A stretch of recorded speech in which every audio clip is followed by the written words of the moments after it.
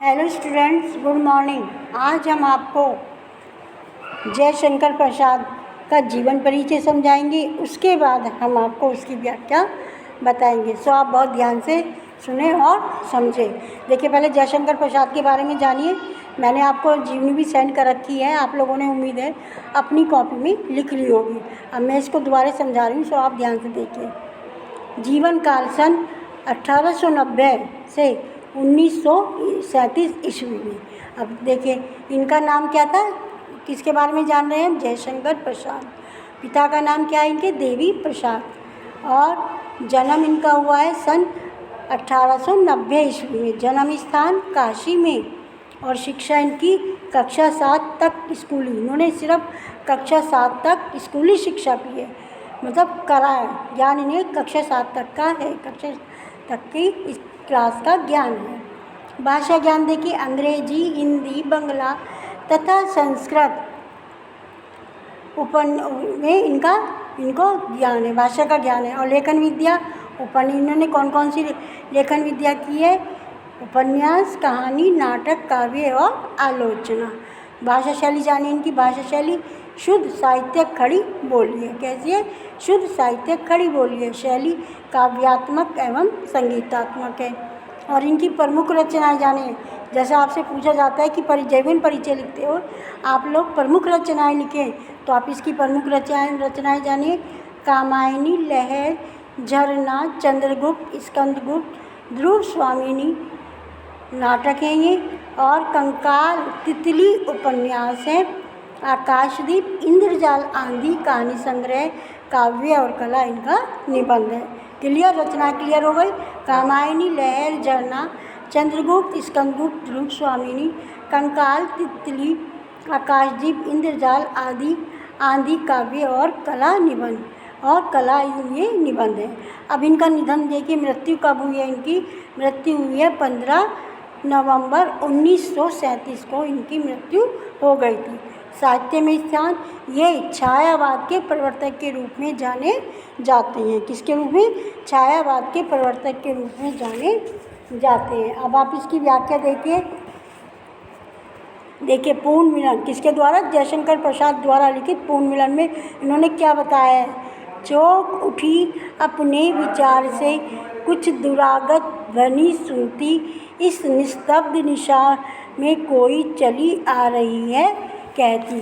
अब क्या कहा है इन्हें कि इसमें प्रस्तुत पद्यांश हमारी पाठ्य पुस्तक हिंदी काव्यखंड में पूर्ण मिलन कविता शीर्षक से लिया गया है और जयशंकर प्रसाद द्वारा रचित कामायनी महाकाव्य से अवतरित है। क्लियर? इसका आप क्या लिखेंगे? संदर्भ। और प्रसंग में इसका क्या बताएंगे? इन पंक्तियों में रानी ईरा के चौंकने तथा मनु को खोजती श्रद्धा की दीन दशा का चित्रण किया गया है। क्या किया गया? देखिए, जयशंकर प्रसाद जी कहते हैं, चौंक उठी अपने विचार से, सारस्वत नगर की रानी, सारस्वत नगर कहाँ की? सारस्वत नगर की रानी ईरा अपने विचारों में खोई हुई थी। कौन? ईरा अपने विचारों में खोई हुई थी।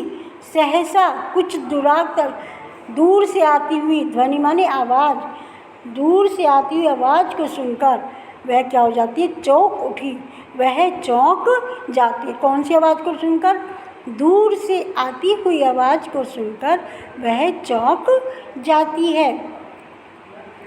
और उसने सुना कि दूर से इस शांत रात्रि में, उसने क्या सुना कि दूर इस निस्तब्ध निशा, बिना आवाज़ के, निस्तब्ध माने जहाँ आवाज़ न, शांत वातावरण, निशा माने रात्रि, मतलब जहाँ क्या है? शांत।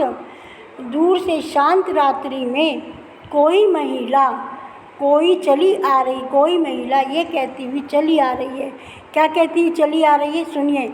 अरे बता दो मुझे, अरे बता दो मुझे दया कर, कहाँ प्रवासी है मेरा, उसी बावले से मिलने को डाल रही हूँ फेरा। क्या कह रही है वो? अरे कोई दया करके मुझे ये बता दो कि मेरा, प्रवासी माने परदेसी, प्रवासी माने परदेसी, मेरा परदेसी कहाँ है, यानी कि प्रियतम कहाँ है, दूर देश में रहने वाला मेरा प्रियतम कहाँ है। मैं अपने उसी बावले से मिलने के लिए क्या कर रही हूँ, भटकती फिर रही हूँ। किससे? अपने प्रवासी प्रियतम से मिलने के लिए, उसी बावले से मिलने के लिए मैं क्या कर रही हूँ, भटकती फिर रही हूँ, इधर उधर डोल रही हूँ। क्लियर? अब आगे देखिए, रूठ गया था अपनेपन में, अपना सकीन है उसको, वह तो मेरा अपना ही था, भला मनाती मैं किसको। क्या कह रही है श्रद्धा? आगे कहती है कि मेरा प्रीतम मनु, किसका?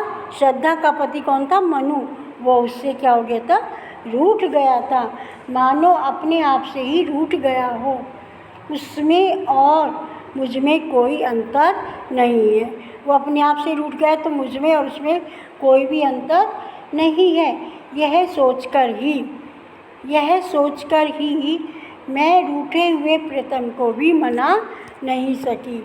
मैं उसको यह सोचकर भी कि भाई चलो कोई बात नहीं, अपने आप से ही रूठ गया है और उसमें मुझ में कोई अंतर नहीं है, तो भी मैं ये सोचकर रूठे हुए प्रियतम को नहीं मना सकी। भला कोई, वह तो मेरा अपना ही था, भला मनाती किसको।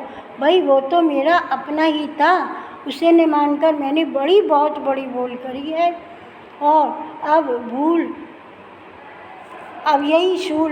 यही भूल अब शूल 10 साल रही है उर्मे मेरे। और यही छोटी सी भूल, कौन सी भूल? कि मैं उसको मना नहीं सकी हूँ और उसको मना नहीं सकी। यही छोटी सी भूल कांटे की तरह, शूल माने कांटा है ना, कांटे की तरह मेरे उर्माने हृदय में क्या हो रही है? दुख कष्ट पहुँचा रही है। मैं उसे कैसे प्राप्त करूं? और कोई तो मुझे ये आकर बता दे कि मैं उस भूल को सुधार कर उसको किस प्रकार से प्राप्त करूं। कोई मुझे आकर यह बता दे। आगे देखिए, कैसे पाऊंगी उसको कोई आकर कह दे। मतलब उसको मैं कैसे पाऊंगी, कोई मुझे आकर इतना तो बता दे। अब आगे देखिए, ईरा उठी दिख पड़ा राजपथ, धुंधली सी छाया चलती, वाणी में थी करुणा वेदना, वह पुकार जैसी जलती। अब क्या होता है, ईरा ने जब उठकर देखा तो उसे, जब ईरा उठी अपने स्थान से तो उसने क्या देखा? धुंधली सी छाया उसे आती हुई दिखाई दी। कैसी छाया? धुंधली सी छाया उसे आती दिखाई दी। और उसके स्वर में क्या था? वाणी में थी करुण वेदना, वाणी माने उसकी आवाज़ में, करुण माने दुख भरी वेदना थी। कैसी वेदना थी? दुख भरी वेदना थी। उसकी पुकार दुख की आग में जलती हुई, और वह प्रकार उसकी आवाज़ कैसी लग रही थी? मानो ऐसी लग रही थी कि दुख की आग में जलती हुई, जैसे दुख की आग में जलती हुई उसकी आवाज़, यानी कि उसकी वेदना लग रही थी। आगे देखिए आप, शिथिल शरीर वसन विस्करण, कब्री अधीर खुले। अब आगे क्या हो रहा है? श्रद्धा का शरीर जो था वो बराबर चलने के कारण कैसा हो गया? श्रद्धा का शरीर बराबर चलने के कारण थक गया, और उसके शरीर वसन, उसके जो शरीर पर वश थे वो क्या हो गए? अस्त व्यस्त हो गए। और कजरी माने उसकी चोटी खुल गई। क्या हो गई? उसकी चोटी खुल गई, जो उसकी अधीरता को, उसकी बेचैनी को क्या कर रही थी? प्रकट कर रही थी। मतलब ज़्यादा चलने से वो इतनी चली कि वो थक गई, और थकने से उसके शरीर के अस्त व्यस्त हो गए, और उसके बालों की चोटी भी खुल गई। और क्या हो रहा है? जो उसकी अधीरता को, व्याकुलता को क्या कर रही थी? प्रकट कर रही थी। वह उस मुरझाई कली के समान, छिन्न पत्र मकरंद लुसी, जो मुरझाई हुई कली। और वह किस कली के समान दिखाई दे रही थी? उस मुरझाई हुई कली के समान दिखाई दे रही थी, जिसकी पंखुड़ियाँ क्या थी? जिसकी पंखुड़ियाँ टूटकर छिन्न भिन्न होकर जिसकी पंखुड़ियाँ नीचे गिर गई थी, बिखर गई थी।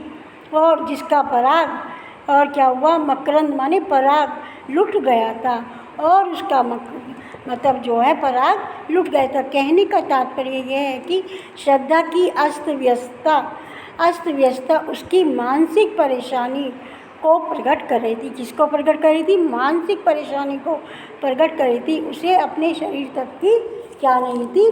शुद्ध नहीं थी। क्या नहीं थी? उसे शुद्ध नहीं थी। और आगे देखिए इस इरा कहती है, अब इरा आगे क्या कहती है सुनिए। नवकोमल अवलंब साथ में वह किशोर उंगली पकड़े। तो क्या है, अब वो कह रही है एक किशोर आयु कोमल और सुंदर बालक था जो अपनी माँ का मतलब क्या पकड़े? अंगुली पकड़कर चलने वाला वह बालक शांत और क्या था? धैर्य की मूर्ति के समान था। क्लियर? आपको समझ में आ गया होगा। यदि आपको कोई कुछ समझ में नहीं आती है व्याख्या तो आप क्या करेंगे? मुझसे ये सेंड करके पूछेंगे और आप इस व्याख्या को अपनी कॉपी पे लिखेंगे और फिर उसके बाद कार्य पूरा करके ग्रुप में भेज देंगे ताकि मुझे पता लग जाए कि मेरे द्वारा पढ़ाया गया पाठ आप लोगों की कैसे समझ में आए और आपने उसको किस लिखा है, और इसलिए वो मेरे पास सेंड कर देना। धन्यवाद।